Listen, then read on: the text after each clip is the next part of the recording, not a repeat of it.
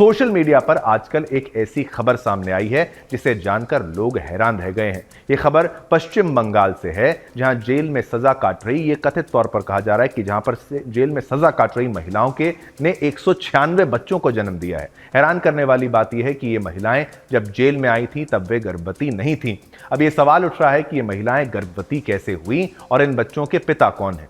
इस घटना के सामने आने के बाद राज्य में राजनीतिक बवाल मच गया है। लोग इस मुद्दे पर सवाल उठा रहे हैं और इस पर कई विवाद खड़े हो गए हैं। इस पर सवाल उठाना स्वाभाविक है, उठना है, क्योंकि यह मामला केवल जेलों में महिलाओं की सुरक्षा और शारीरिक स्थिति से जुड़ा हुआ नहीं है, बल्कि इस घटना ने राज्य की कानून व्यवस्था और प्रशासन पर भी गंभीर सवाल खड़े कर दिए हैं।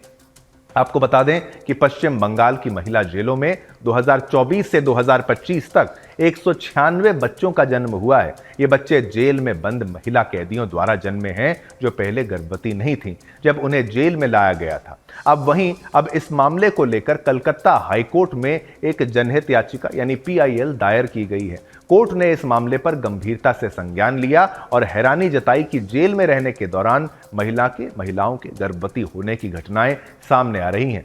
हाईकोर्ट ने कहा कि पश्चिम बंगाल की कई जेलों में 196 बच्चे रह रहे हैं और इस मामले की रिपोर्ट पहले भी मांगी जा चुकी थी। वहीं इस मामले पर भाजपा ने पश्चिम बंगाल की मुख्यमंत्री ममता बनर्जी पर तीखा हमला किया है। भाजपा विधायक अग्निमित्रा पॉल ने ममता बनर्जी को घेरते हुए कहा कि पश्चिम बंगाल में बलात्कार अब संस्कृति का हिस्सा बन गया है। उन्होंने ममता बनर्जी से सवाल किया कि जेलों में महिलाएं गर्भवती क्यों हो रही हैं, उनके साथ क्या हो रहा है। भाजपा ने यह भी कहा कि ममता बनर्जी को इसका जवाब देना चाहिए। इसके साथ ही अग्निमित्रा पॉल ने ममता बनर्जी से इस्तीफे देने की मांग करते हुए कहा कि राज्य में महिलाओं का गलत तरीके से इस्तेमाल हो रहा है और यह शर्मनाक है।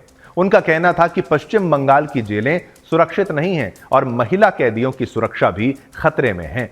हालांकि इस पूरे मामले में अब तक किसी की गिरफ्तारी नहीं हुई है और स्थिति स्पष्ट नहीं हो पाई है। यह मामला अब राज्य और देश भर में चर्चा का विषय बन चुका है। महिलाओं की सुरक्षा और जेलों के अंदर हो रही घटनाओं पर गंभीर सवाल उठ रहे हैं।